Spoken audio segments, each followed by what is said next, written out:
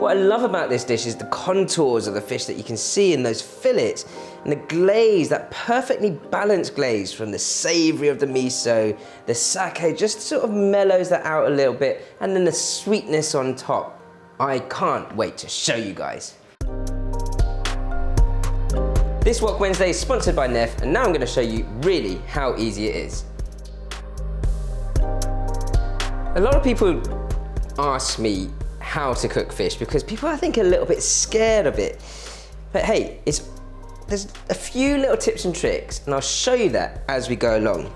First up, I'm just going to slice some spring onion and some ginger. But the spring onion, I'm going to keep nice and whole, just because I want to char it and get it into my pan, but sort of use it as a bit of garnish too. Slice your ginger into matchsticks.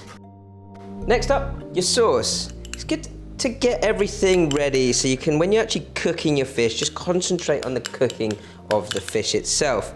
I've got some miso paste, some sake, which is the less sweet Japanese rice wine, and it's definitely thinner than mirin as well, which is good for this because what I want is for the sauce to kind of bubble up in the pan and not over caramelize too quickly. And then I've got some honey for sweetness. Not too much, just enough to caramelize around the edge of the fish and give this glaze a good balance. Some light soy sauce for saltiness, and then a little bit of dark soy to deepen the color, and that should then sit over the salmon and sort of caramelize nicely to create those lovely sort of contours of the fillet itself. Now herein lies the first real trick to cooking any sort of fish and keeping that skin intact, because a lot of the time people are worried that it's all going to break up, and it's all about understanding heat. Now you can see that that pan is smoking hot. I've got it on a high heat right now, and I can bring the heat down in a second, but more importantly, when the skin first hits that pan, I want it to feel like it kind of wants to jump out of the pan.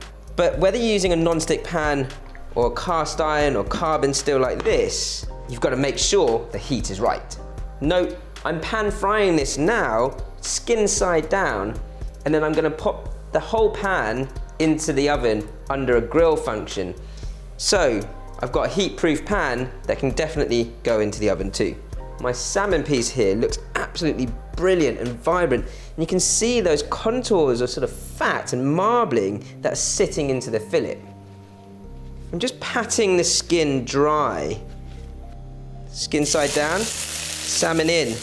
Press that down carefully with your hand or a spatula. Second big tip, don't move your fish, at least for the first 2 or 3 minutes. What you want is for that skin to sit into the pan, and it will stick a little immediately or initially, but then over that sort of first 2 or 3 minutes, it will start to crisp up, and as it crisps up, it will start to lift off the pan nicely.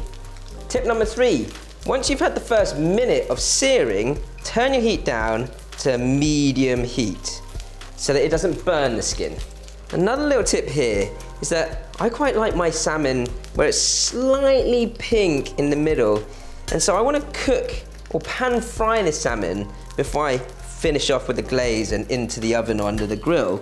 And I want to cook my salmon sort of halfway through. You can actually see the color of the meat or the flesh changing over time. It'll get more and more sort of pale pink in color. Now I've got excess oil in this pan, which I'm just going to pour out, so I don't want this to be greasy. And then I'm going to place my spring onions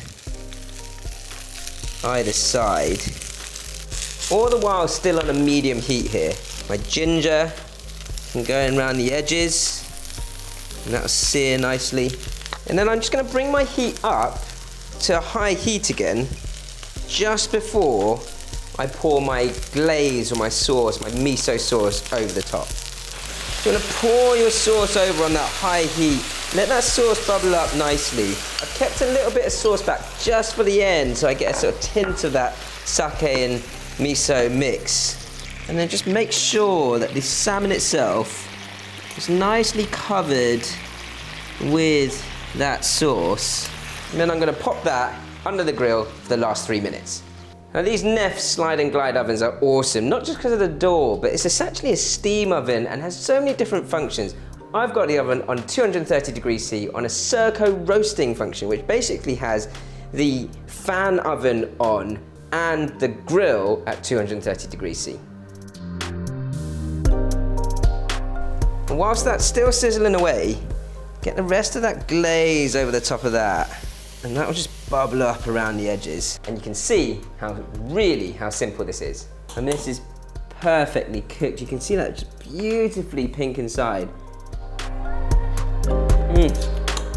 Really is simple to cook, but so bold with flavor. But what I love about it is the glaze sits at the top. You've got that nice caramelized finish, but you can really still taste the salmon. Perfect with a bowl of rice, some veg on the side, some pickles or something like that. Thank you, Neff, for sponsoring this video. And guys, if you want more simple recipes like that, or you're interested in them, don't forget, you can check out our other recipes here.